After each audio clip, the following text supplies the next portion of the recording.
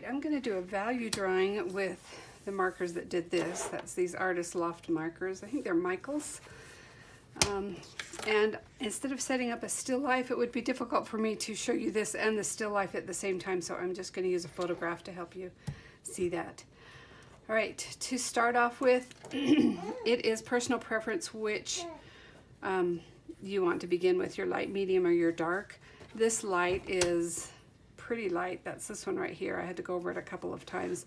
I'm actually going to begin with my medium. I find that's a really good place to begin, and I like using the brush tip because we'll be painting and we'll be using a brush, so it kind of gives me a good feel. All right, with this, don't put so much detail in it that it becomes a masterpiece. You're just trying to get a feel for things. And if I start off, you can see that is my hat, and you can tell I have a little grandbaby helping me. I'm not worried about proportions. I'm just, if you squint at the drawing, I'm just trying to get a feel for it. And I'm going to get this rock here. In that photograph, that rock looks almost black. But you're going to have to take some artistic license and to figure out what you want where.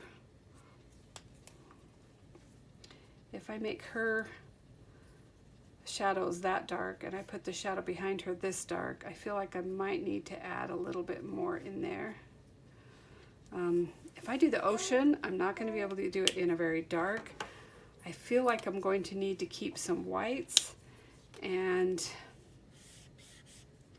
some very lights, but that feels way too light to me. You can see when you go over it again, it gets a little bit darker. But if this is medium and this is light, I'm not quite sure that I like that. So I'm going to try a new one down here. Let's see what happens here. What if I use my dark for the hat and part of the body in the shadow?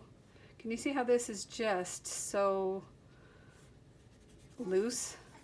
We're just playing with the values and the shapes to see what we can come up with and if we like any of this. If I keep more lights on her,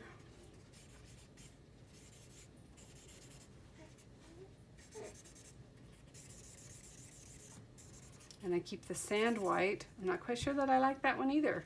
When you do a value drawing, don't stop with one. Do 2 or 3 or more.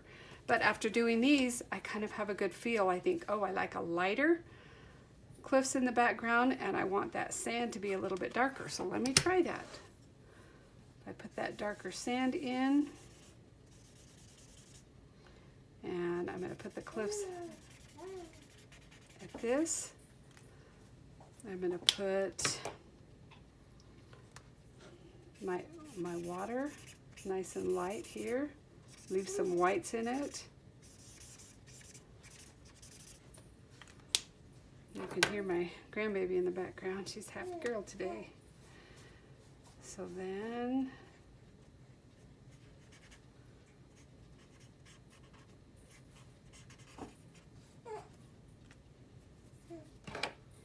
got that medium. All right, now I've got lights and mediums. I don't have any dark. That gives a whole different feel to this than it would if I had a lot of darks in it, because I have more contrast. It's a little bit sharper and more bold.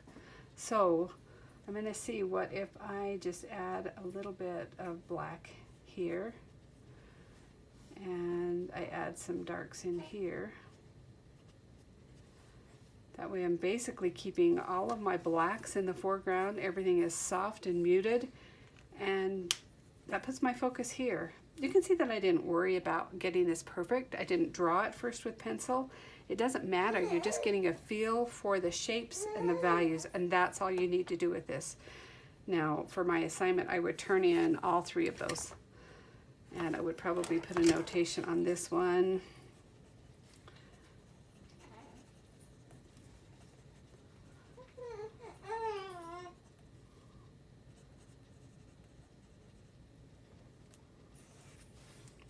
And then you can even play with how you want to box it out if you wanted to.